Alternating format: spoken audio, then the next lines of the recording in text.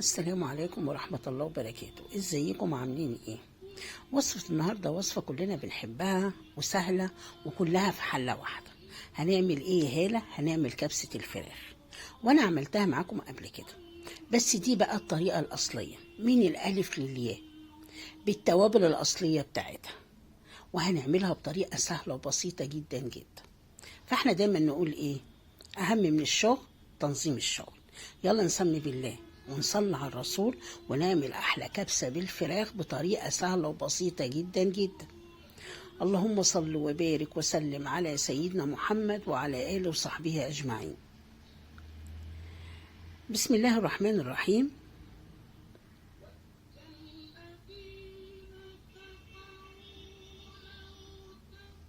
أنا عمالة أغريكم بقى بشكل الوصفة عشان نقوم نجهز طلباتها. يلا نبدأ الفيديو.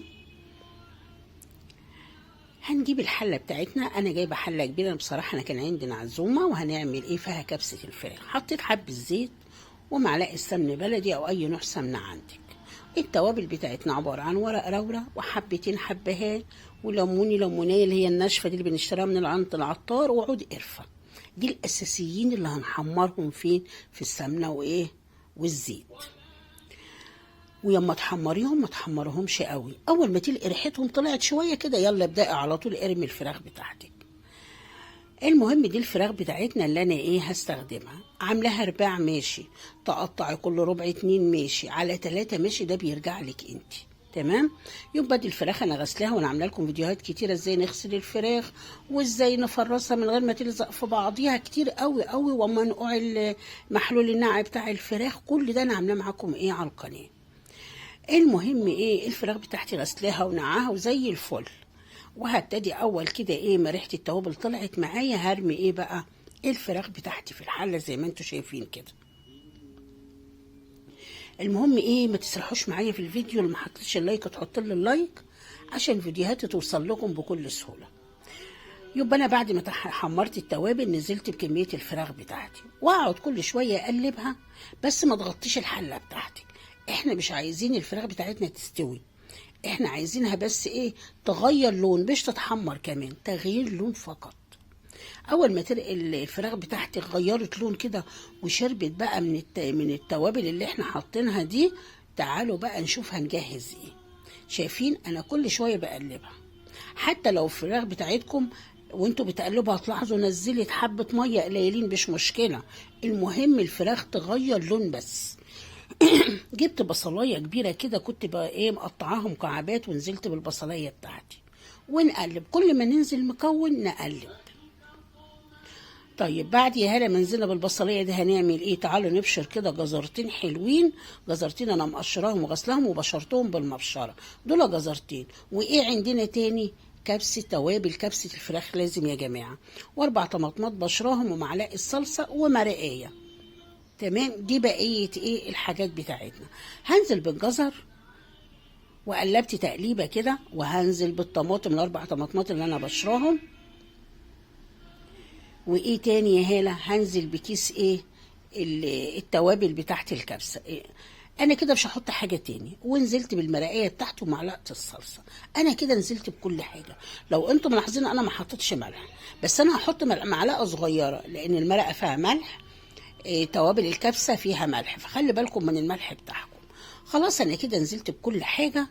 وهنعمل قلبت الفراخ في التتبيله الحلوه دي، وهننزل كده انا نزلت بحبه فلفل اسود، وهروح اجيب ميه كده هغليها في الكاتل، ميه سخنه، ما تنزليش على الحاجه بتاعتك بميه بارده عشان ما نوقفش عمليه السوا. وهنزل بحوالي كوبايه شاي بس، ما تكتريش الميه عشان ما نضيعش الطعم الحلو بتاع الفراخ. بعد كده بنزود ميه براحتنا لما نيجي نعمل الرز. هي كوبايه ميه واحده كده، تقلب كده وغطي حلتك وهدي النار، وسيبي الفراخ تعيش حياتها في التتبيله الجميله دي. عن صدق يا جماعه التتبيله والريحه دي صحت ولادي من النوم. لقيت بناتي داخلين عليا كده، يا ماما الريحه الحلوه بتعملي ايه؟ المهم ما اطولش عليكم في الكلام. انا كده سبتها حوالي مش هنقول بقى ربع ساعه ولا نص ساعه. انت عسي الفراخ بتاعتك، كل فراخ غير التانية، بالشوكه كده عسيها، لقيتها استوت طلعها يا ست رصيها في الصينيه، عشان دي اللي هندخلها تحت الشوايه عقبال ما نجهز الرز بتاعنا. شايفين شكل الفراخ؟ يعني عايزه اقول لكم ممكن تتاكل كده، ممكن تتاكل من غير ما تعملي حاجه تاني خالص، طعمها وريحتها ما تتوصفش. المهم انا هطلع ايه الفراخ بتاعتي كلها كده، وانا واقفه كده لقيت بنوتي خدت معلقه كده معجبه جدا بالريحه. فالمهم ايه، كانت عاجباها جدا ايه التسبيكه والصلصه والحاجات الحلوه اللي احنا عملناها مع بعضينا. ادي الفراخ بتاعتنا، مش هحط اي حاجه، كل القصه هتدخل تحت الشوايه. طيب انا دي الصلصه ايه او اللي ايه التسبيكه بتاعتنا اللي سوينا فيها الفراخ. هنعمل ايه يا هاله؟ هقول لكم دلوقتي، معلش الكاميرا وقعت من ايدي. المهم ايه، هنروح بقى ايه نجيب ميه سخنه، ميه سخنه ميه ساقعه براحتك، بس ميه سخنه عشان ايه ننجز بقى الحله تقلب معانا على طول. الكاتل جنبيه ونزلت بحبه ميه حلوين. طيب هنعمل ايه بقى يا هاله؟ خلاص انا كده ايه هتقلب معانا. تعالوا كده، انا كان معايا كيلو رز بسمتي، هنغسله غسيل عادي. انا بحب اديله كام شطفه كده.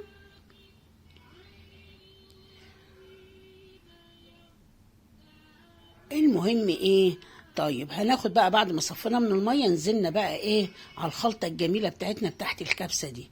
طيب مقدار الميه قد ايه يا جماعه؟ الرز بسمتي بتاعنا احنا غير الرز البسمتي بتاع اخواتنا العرب. الرز بتاع اخواتنا العرب بياخد ميه كتير، كوبايه الرز قدامها كوبايتين ميه، لا، لكن الرز بتاعنا احنا غير ده. ده بياخد فوق، يعني فوق الطبيعي بتاع الرز المصري. زودي شويه عن الرز المصري، يعني بدل ما احنا بنعمل عقلتين فوق الرز المصري خليهم 3 عقلات يا ست. يعني ايه يعني ايه بمقدار 3 سنتي، يعني زوديه عن المعتاد عن الرز المصري. المهم انا قلبته وغطيت حلتي، وادي الفراخ تحت الشوايه. وده كان ذكر بط بايه بنحمره في الفرن، ده ليه قصه تانية بحكيها لكم، ما هي كانت عزومه. وادي الرز ايه، رز الكبسه ديكم شايفين شكله، شايفين مفلفل وزي الفل. بعد ما اتشرب هديت النار وسبته يعيش حياته، هو البخار بيسويه معاكي. لقيتيه يا ست محتاج حبه ميه سخنه، اديله سخنه مش بارده، حبه صغيره، لغايه ما تدوق الرز بتاعك استوى زي الفل. ودوق الملح بتاعك، لو محتاج ملح رشيله رشه ملح مش مشكله. اديكم شايفين الله اكبر مفلفل وزي الفل، وما اقولكمش على الريحه. ايه رايكم بقى في الجمال والحلاوه دي؟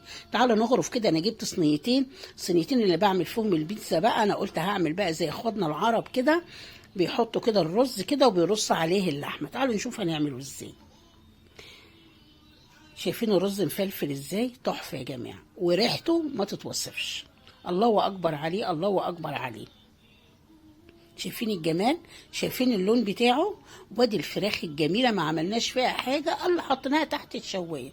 ده ذكر البط اللي قلت لكم عليه بتاع العزومه اللي كنت بحمره، بس هنزله لكم برضو، عاملاه لكم وصفه وهنزله لكم ان شاء الله.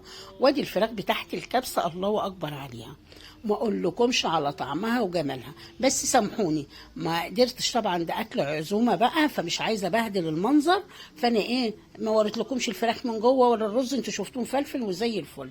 وادي الفراخ الله اكبر عليها، هي بتتكلم عن نفسها، لون وطعم وريحه، الله اكبر الله اكبر.